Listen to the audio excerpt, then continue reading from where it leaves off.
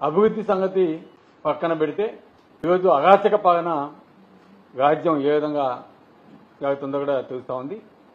ముఖ్యంగా ఎవరైనా సరే గొంతెత్తి ప్రశ్నించినా వారు చేస్తున్న తప్పుని ఎత్తి చూపినా ఈరోజు మన నెల్లూరు జిల్లాకి వస్తే ఈరోజు అక్రమంగా కాకాని గోవర్ధన్ అన్న మీద ఏ విధంగా అక్రమ కేసులు బనాయించి ఈరోజు వారిని అరెస్ట్ చేసి తీసుకొచ్చా కూడా మనం చూసాం.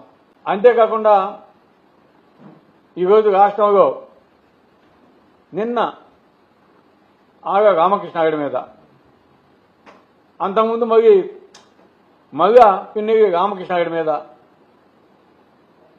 అదే కాకుండా నిన్న తెనాలిలో బలహీన వర్గాలకు సంబంధించిన వారిని పోలీసులు ఏ విధంగా నడి రోడ్లో వారిని లాఠీలతో కొడుతున్నారో కూడా మనం చూస్తా ఉన్నాం. ప్రతి నియోజకవర్గంలో కూడా ఏ విధంగా తెలుగుదేశం నాయకులు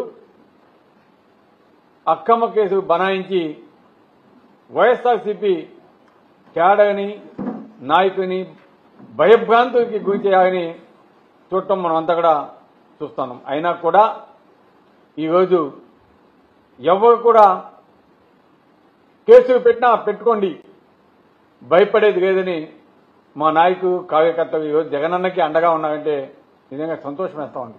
ఈరోజు చంద్రబాబు నాయుడు గారు ప్రజల్ని ఎంత దారుణంగా ఏ విధంగా మోసం చేశాడో ఈరోజు వారు గ్రామాలకు పోతే వారి నాయకులు అక్కడ ప్రజలకి ఆన్సర్ చెప్పలేని పరిస్థితి, కొన్ని గ్రామాలకు పోలేని పరిస్థితి, పనులేమీ చేయకుండా కూడా చిన్న చిన్న పనులు చేసి పబ్లిసిటీ మాత్రం చంద్రబాబు నాయుడు గారే ఏ విధంగా ఇచ్చుకుంటాడో అదేవిధంగా ఈరోజు కాన్స్టిట్యున్సీలో ఒక ఎమ్మెల్యేస్ కూడా అదేవిధంగా పబ్లిసిటీ ఇచ్చుకోవడం తప్ప పనులైతే చేసిన పాపాన పోలేదు.